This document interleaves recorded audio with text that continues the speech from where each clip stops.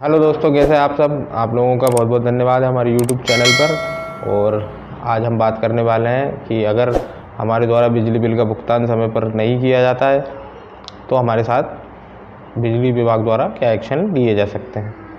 देखिए, सबसे पहले तो एक जिम्मेदार नागरिक होने के वजह से हमको अपना बिजली का भुगतान समय समय पर करते रहना चाहिए, क्योंकि देखिए बिजली विभाग जो है वो मूल रूप से जो पहले मध्य प्रदेश विद्युत मंडल होता था वो अब 3 हिस्सों में विभाजित हो चुका है।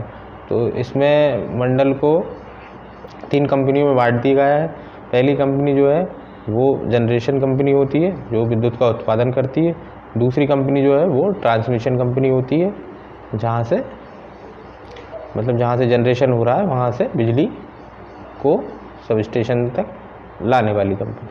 और उसके बाद डिस्कॉम कंपनी होती है जो बिजली को डिस्ट्रीब्यूट करती है। तो मेन रूप से जिस कंपनी द्वारा आपको बिजली सप्लाई दी जा रही है वो डिस्कॉम कंपनी होती है। तो वो क्या होता है, देखिए वो बिजली को परचेज़ करते हैं और फिर आपके घर तक पहुंचाते हैं। अब जिन उपभोक्ताओं द्वारा समय पर बिल जमा नहीं किया जाता उसकी वजह से बिजली विभाग को काफ़ी नुकसान होता है और उपभोक्ता को भी नुकसान होता है। सबसे पहले देखिए, हम बात करने वाले हैं सरचार्ज के बारे में। तो सरचार्ज देखिए, अगर आप बिजली बिल समय पर नहीं भरते हैं तो आपको जो बिल है उसका 1.25% आपको बिल में सरचार्ज हर महीने ऐड कर दिया जाता है। और ये कंपाउंडिंग में चलता है, मतलब इस महीने जो सरचार्ज लगेगा वो आपके बिल की राशि में जुड़ जाएगा, अगले महीने जो सरचार्ज लगेगा फिर वो अगले बिल की राशि में जुड़ जाएगा। तो इस तरह से अगर देखा जाए तो एक बड़ी सी मोटी सी रकम हमारी सरचार्ज की हो जाती है, जो कि माफ़ नहीं होती है। बहुत से लोग सोचते हैं कि बिजली विभाग द्वारा समझौता करके भी बिल जमा करा लिए जाते हैं, तो ऐसा बिल्कुल नहीं है। हाँ, अगर आपके बिल में कोई गड़बड़ी है तो उसका सुधार किया जा सकता है। इसके अलावा किसी भी तरह की छूट बिजली घर द्वारा आपको नहीं दी जाती।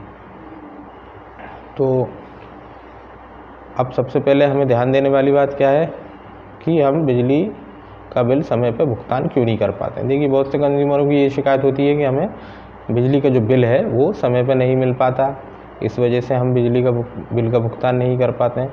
तो देखिए, उसके लिए सबसे अच्छा है, अगर आप पहली बात तो आप ऑनलाइन बिल चेक कर सकते हैं अपने कंज्यूमर नंबर से। MPCZ की साइट है, मध्य प्रदेश मध्य क्षेत्र विद्युत वितरण कंपनी की।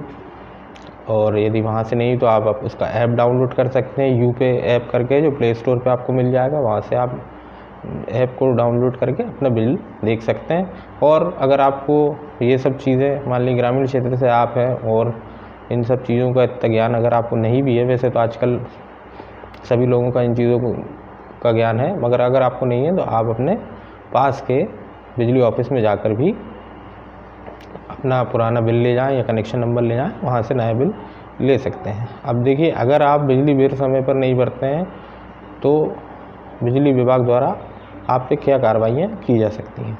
पहली बात तो देखिए, सबसे पहली बात है कि आपका बिल अगर बकाया है तो आपका विद्युत का कनेक्शन जो है वो काटा जा सकता है।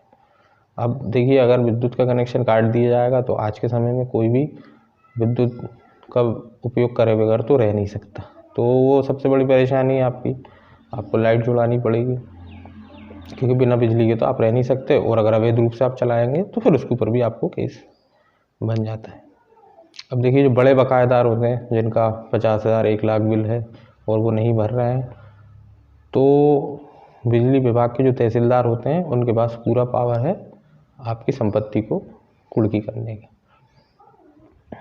मतलब कि अगर वो चाहें तो आपकी संपत्ति को कुर्की भी कर सकते हैं। तो सबसे पहले कुर्की होती है आपकी अचल संपत्ति की।